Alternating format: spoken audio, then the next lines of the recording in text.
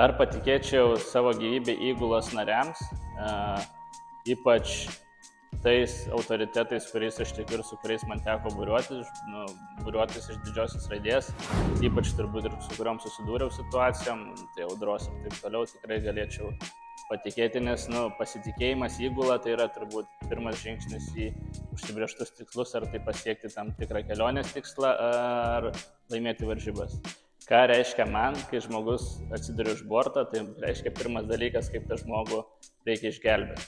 Tai tas turbūt tave iš karto automatiškai gal paspiria į smegeninę, kad turi imtis visų įmanomų veiksmų kaip žmogų pačiom greičiausiam sąlygom, pačiu greičiausiu metu ištraukti būtent iš vandens. Ką reiškia frazė, draugystės paburė mes nesuvaidinsi. Tai faktas turbūt ir tas, kad to nesuvaidinsi niekada, jeigu papulsi tam tikras sąlygas, ir tai yra išgyvenimo sąlygas, ir matysi